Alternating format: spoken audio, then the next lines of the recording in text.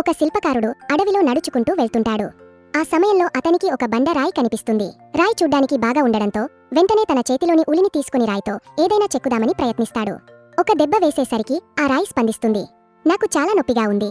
దయచేసి నన్ను వదిలేయ్, కావాలంటే వేరే రాయిని చూసుకో అని చెబుతుంది. దీంతో ఆ శిల్పకారుడు కొంత ముందుకు వెళ్తాడు. అక్కడ మరో రాయి కనిపిస్తుంది. దీంతో ఆ రాయిని చెక్కుదామని ఫిక్స్ అవుతాడు. అయితే ఆ రాయికి కూడా నొప్పి పుడుతుంది. కాని ఓర్పుగా నొప్పిని భరిస్తుంది. కాసేపటికే ఆ బండరాయి కాస్త వినాయకుడి విగ్రహంగా మారుతుంది. తర్వాత శిల్పకారుడు అక్కడి నుంచి వెళ్లిపోతాడు.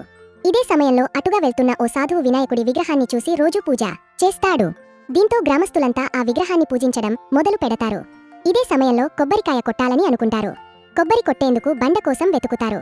శిల్పకారుడు మొదట చూసిన రాయినే తీసుకొచ్చి కొబ్బరికాయ కొట్టేందుకు ఉపయోగిస్తారు. దీంతో ప్రతి క్షణం కొబ్బరి దెబ్బలతో ఆ రాయికి చుక్కలు కనిపిస్తుంది. ఉలి దెబ్బలకు ఒక్కరోజు ఓర్చుకుని ఉంటే జీవితాంతం ఇన్ని దెబ్బలు తినాల్సిన అవసరం ఉండేది కాదు అని ఆ రాయి బాధపడుతుంది. సందేశం: ఎక్కువ కష్టాలను ఓర్పుగా భరిస్తే మన జీవితం విలువైనదిగా మారుతుంది. మా వీడియో నచ్చితే లైక్ చేసి సబ్స్క్రైబ్